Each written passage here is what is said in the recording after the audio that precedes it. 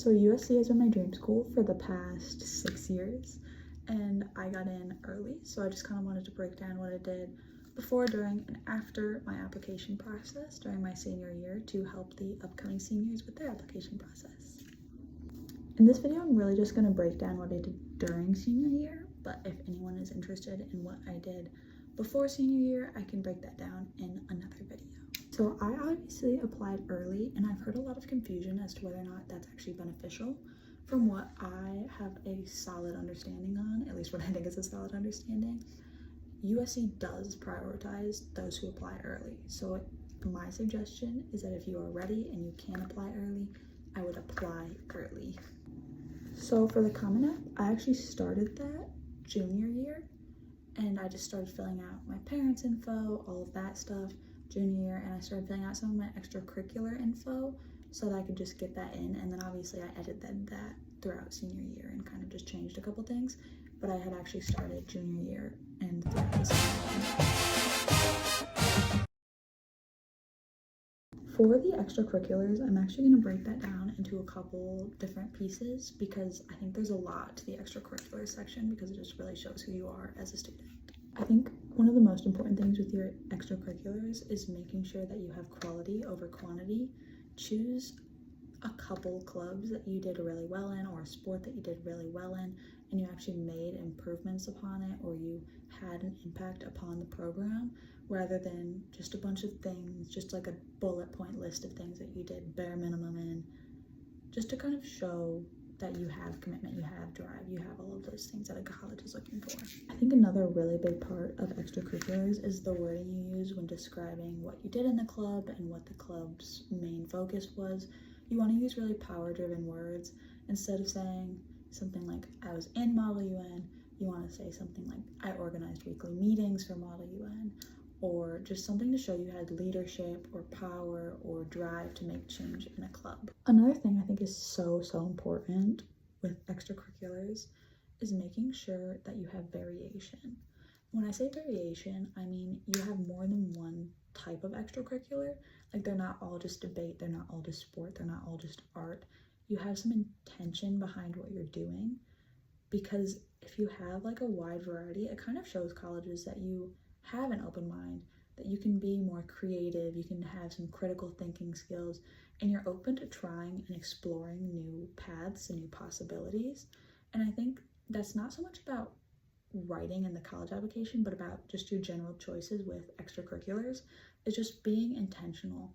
And obviously you want them to relate to your career, but at the same time, I think that just being intentional with the extracurriculars you're choosing and showing that you can have that outside of the box thinking does really help a college application. And then finally, when I say make change in a club, which I've said a couple times now, I mean you made the club bigger, you raised money for the club, you started social media, or you improved upon the social media, or you just gained more club awareness. You want to just show an improvement, any improvement. It doesn't have to be big, but you can write about it like it was just made.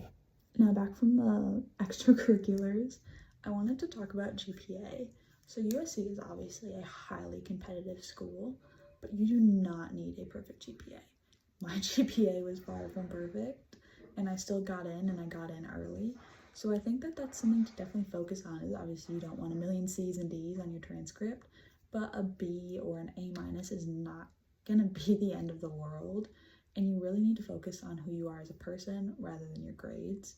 Your grades do have value, I'm not saying they don't, and I obviously value my grades a lot, but I'm saying you need to focus on more than just that GPA number on paper, because it doesn't matter at the end of the day. At the end of the day, if you are a straight A 4.0, 5.0 student, but you have no personality to back that, they don't want you.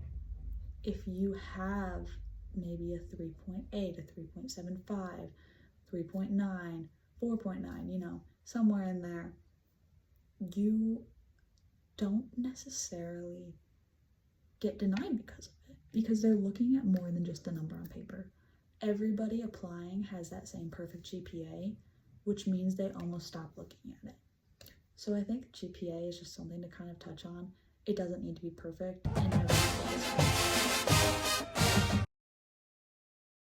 and Now, touching on the essays, I'm going to talk about my personal essay first, and then I'm going to talk about the supplemental essays. So my personal essay, I actually rewrote it 4 times, entirely different essays each time, but I think one of my big takeaways was you need to make it personal. You can't be vague. Like, there is no room whatsoever for being vague, but you have to have a structure to the essay. You need to have a challenge. You need to have what the challenge caused. You need to have a solution, and then you need to have what the solution caused, and then you need to talk about how that cause has led you to the goal of going to USC. And I think breaking down the essay into that structure of almost problem solution is really, really important, because if you don't have that and you just have problem or you just have solution, the essay doesn't make any sense. You need to show personal growth, because once again, colleges are looking for those people who can be critical thinkers, who can be creative, who can be problem solvers. And if you can't show that you can be that, then they really have no reason to admit you into their college, and specifically to admit you into USC. Also, definitely used hooks and metaphors and things like that in my essay, because my essay was one big metaphor for success. But if you can't do that correctly, then I wouldn't do it.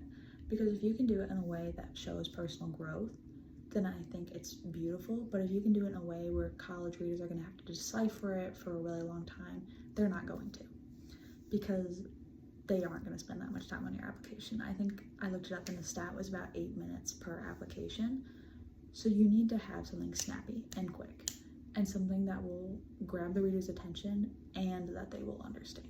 And then if anyone is interested, I can drop what I did for my essay in a PDF in the comments or on my profile. Now for the supplemental essay question, specifically the one that asks, why do you want to go to USC?